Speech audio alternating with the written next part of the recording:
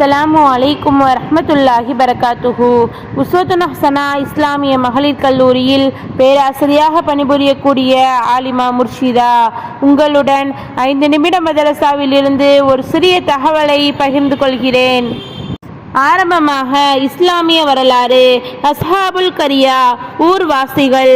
யாசின் சூராவில் அல்லாஹ் தஆலா மக்களின் படிப்பினைக்காக ஒரு ஊர்வாசிகளை பற்றி கூறியுள்ளான். அந்த மக்களிடமிருந்து இறை நிராகரிப்பு மற்றும் இணை வைத்தல், குழப்பம் விளைவித்தல் ஆகியவற்றை களைந்து நேர்வழி காட்டுவதற்காக அல்லாஹ் தஆலா முதலில் 2 தூதர்களை அனுப்பினான். ஆனால் அந்த ஊர்வாசிகள் ஏற்காமல் நிராகரித்தார்கள்.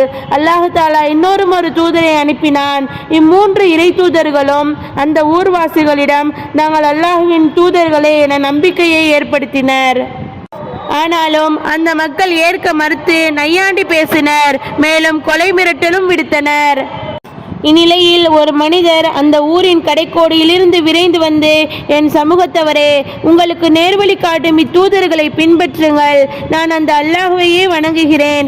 அவனையே நம்மை படைத்தான், மரணித்த அவனிடமே மீள்வோம் என்றார். இதை ஏற்காத அந்த சமூகம் சினம் கொண்டு அவரை ஷஹீதாக்கி விட்டார்கள். அல்லாஹ் தஆலா அந்த நல்லடியார்களின் ஈமானிய துணிச்சல் மற்றும் இறை தூதர்களை உண்மைப்படுத்தியதற்காக சுவனத்தை வழங்கினான்.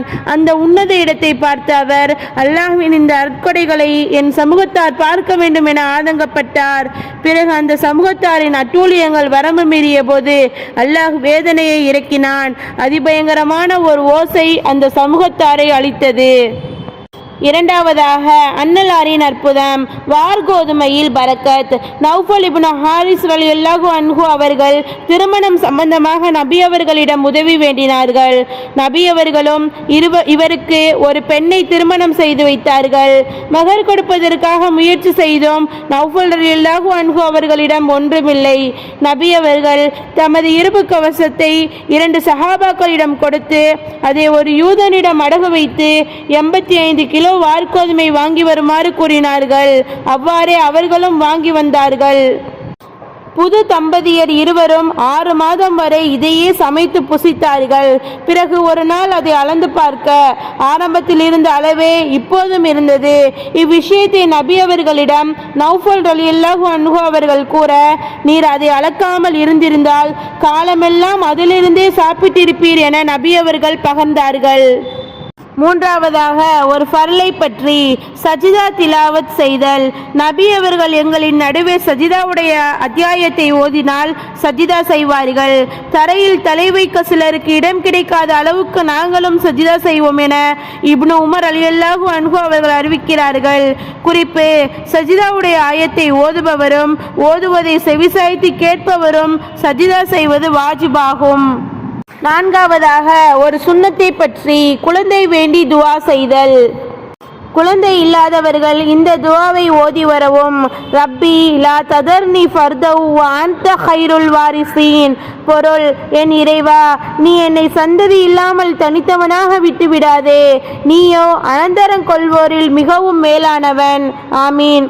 ஐந்தாவதாக ஒரு முக்கிய அமரின் சிறப்பு. பாவங்களில் இருந்து மீளுதல்.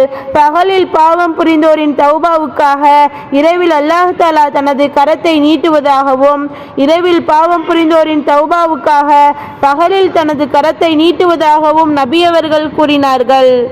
ஆறாவதாக ஒரு பாவத்தை பற்றி. தீனுக்கு எதிராக சூழ்ச்சி செய்தல். குர்ஆனில் அல்லாஹ் தஆலா கூறுகிறான், இவர்கள் தங்கள் சந்ததிகளை மனிதர்களிடமிருந்து மறைத்து விடுகின்றனர், ஆனால் அவற்றை அல்லாஹ்விடமிருந்து மறைக்க முடியாது. ஏனெனில் அல்லாஹுக்கு பொருத்தமில்லாத இவர்கள் இரவில் பேசி சதி ஆலோசனை செய்யும் போது அவன் அவர்களுடன் தான் இருக்கின்றான். மேலும் அவர்கள் செய்பவற்றை எல்லாம் அல்லாஹ் சூழ்ந்து அறிந்தவனாக இருக்கின்றான்.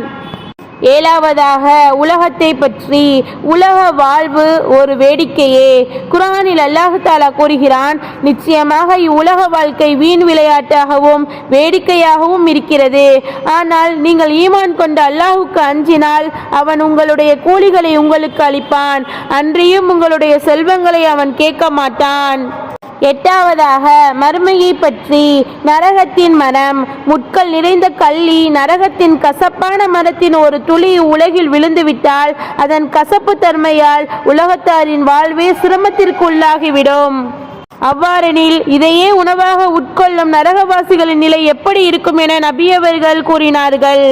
9வதாக நபி வழி மருத்துவம், தல்பீனாவின் சிகிச்சை. அன்னை ஆயிஷா ரலியல்லாஹு அன்ஹா அவர்கள் நோயாளிகளுக்கு தல்பீனா, பார்லி, பால், தேன் கலந்து கஞ்சி செய்து கொடுக்க சொல்வார்கள். மேலும் தல்பீனா நோயாளியின் மனதை அமைதிப்படுத்தி கவலையை போக்குகிறது என்பதாக நபி அவர்கள் கூறியதாகவும் தெரிவித்தார்கள். 10வதாக அன்னலாரின் அறிவுரை, முஸ்லிம் பெண் தனது அண்டை வீட்டு பெண்ணுக்கு அன்பளிப்பாக வழங்கும் எதையும் கேவலமாக கருதாதீர், அது ஆட்டின் குழம்பாக இருந்தாலும் சரியே என நபி அவர்கள் கூறினார்கள். அல்ஹம்துலில்லாஹ். அஸ்ஸலாமு அலைக்கும் வரஹ்மத்துல்லாஹி தஆலா பரகாத்துஹு.